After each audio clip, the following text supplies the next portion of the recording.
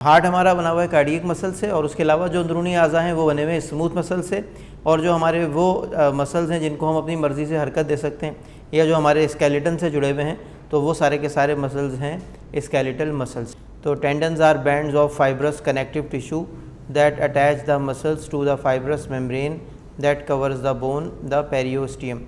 Ligaments भी जो है ना, ये भी वही फाइबर के टिश्यूज़ हैं, और ये बोन को बोन से जोड़ते हैं। या तो ये कहीं पर मूवमेंट करवाते हैं और या फिर कहीं पर मूवमेंट को रोकते हैं।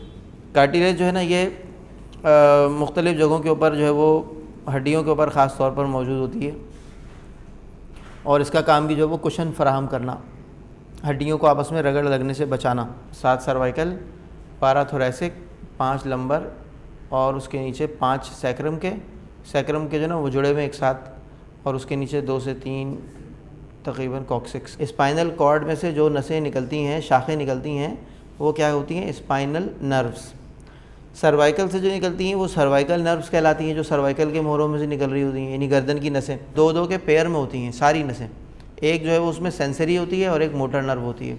सेंसरी वो होती है जो उन ऑर्गन से इंफॉर्मेशन ला रही होती है, और मोटर वो होती है जो दिमाग से उनके लिए अहकामात लेकर जा रही होती है। पैदाइश के बाद जो है फिर क्या होता है, जब आपने देखा होगा कि बच्चा पहले सिर्फ लेटा रहता है, फिर वो आहिस्ता आहिस्ता कुछ टाइम गुजरता है तो वो बैठना शुरू करता है। वो बैठना जब शुरू करता है जब उसके ये कर्व्स जो है वो रीढ़ की हड्डी के अंदर बनना शुरू हो जाते हैं। तो ये रीढ़ की हड्डी के अंदर 4 कर्व्स होते हैं हमारे, 2 आगे की तरफ होते हैं और 2 पीछे की तरफ होती हैं। लंबर रीजन का MRI वो देखा हो तो उसमें अमूमन एक चीज़ बताई जाती है, और वो होती है लॉस ऑफ कर्वेचर, यानी कर्वेचर ख़त्म हो गया, कर्व ख़त्म हो गया, हड्डी सीधी हो गई। कुब निकल आता है किसी को, या वो उसकी गर्दन झुक जाती है, सीधी कर ही नहीं सकता बंदा, तो वो ऐसे झुक जाती है रीढ़ की हड्डी ना, तो वो काइफोसिस कहलाता है। ब्लड सर्कुलेशन कम हो, या कैल्शियम कम हो, या विटामिन डी कम हो, तो उसके नतीजे में हो जाता है ऑस्टियोआर्थराइटिस। गाउट यानी जिसमें यूरिक एसिड बढ़ जाए और वो जो है ना जाकर जमा हो जाता है। ख़ास तौर पे ये जो अंगूठे का जॉइंट है ना, ये उसकी एक बहुत ही कॉमन सी जगह है जहाँ पर ये जाकर ये जमा होता है, यूरिक एसिड जब बढ़ जाता है।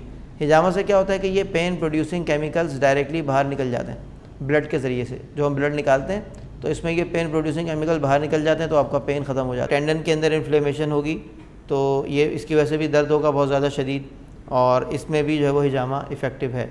इन्फ्लेमेशन में और पेन में तो मैंने कहा ना कि जहाँ पर भी है ना उसमें फ़ायदा होगा इंशाल्लाह।